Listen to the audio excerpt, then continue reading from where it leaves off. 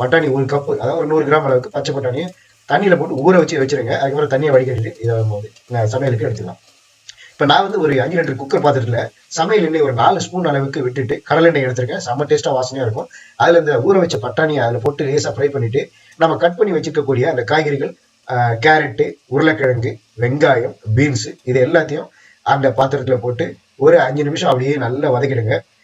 அதை வதக்கிட்டு நம்ம என்ன பண்ணணும், இப்போ மிக்சியில ஜார்ல தக்காளி, பச்சை மிளகாய், பூண்டு போட்டு அரைச்சி தனியா எடுத்து வச்சிருக்கோம். அதே மாதிரி ஒரு சின்ன பிளேட்ல ஜிஞ்சர் கார்லிக் பேஸ்ட், அப்புறம் வந்து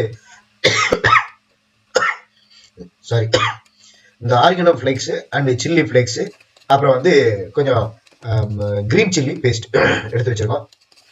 அது எல்லாத்தையும் இப்போ இந்த வெஜிடபிள்ஸோட ஒரு 5 மினிட்ஸ் இந்த வெஜிடபிள்ஸ் எல்லாம் நம்ம வந்து நல்லா வதக்கின பிறகு இதை எல்லாத்தையும் நம்ம வந்து ஆட் பண்ண போறோம். இதுல இது எல்லாத்தையும் ஆட் பண்றோம். இந்த தக்காளி அரைச்சி வச்சிருக்கிற மசாலா இது எல்லாத்தையும் நம்ம அதுல போட்டு நல்ல மேலும் ஒரு 2 நிமிஷம் அப்படியே நம்ம வந்து இதை வதக்கி எடுத்து வச்சுக்கிறோம்.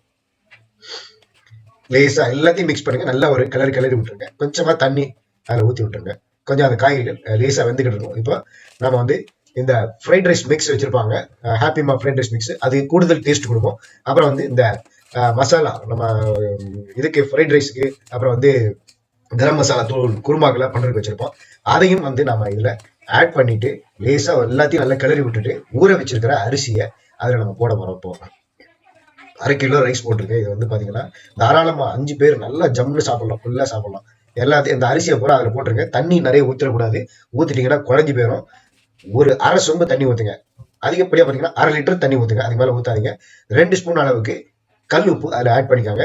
காரம் கூடுதலா தேவைப்படுறவங்க வந்து சில்லி பவுடர் 1 ஸ்பூன் ஆட் பண்ணிக்காங்க. நல்ல சொல்லுன்னு காரமா செஸ்வான் ஃப்ரைட் ரைஸ் மாதிரி இருக்கும். நல்லா இதை எல்லாத்தையும் கிளறி விட்டுட்டு குக்கரை மூடி வச்சிருங்க. ஒரு கிளறி விட்டுட்டு குக்கரை மூடி வச்சிருங்க. கரெக்டா ஒரே ஒரு விசில் எடுங்க. 2, 3ன்னு விட்டீங்க அப்படின்னா சாதம் குழஞ்சி போயிடும். அவ்வளவுதான்.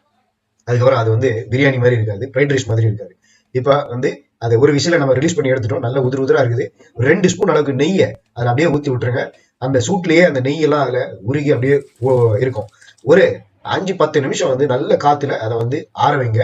இப்போ அந்த நெய்யோட சேர்த்து நல்ல சாதத்தை கிளறி விட்டீங்க அப்படின்னா அவ்வளவுதான். இந்த சாதம் வந்து சாப்பிட்றதுக்கு தயாராகிடும். வாயில வச்சீங்கன்னா செம்ம டேஸ்டா இருக்கும்.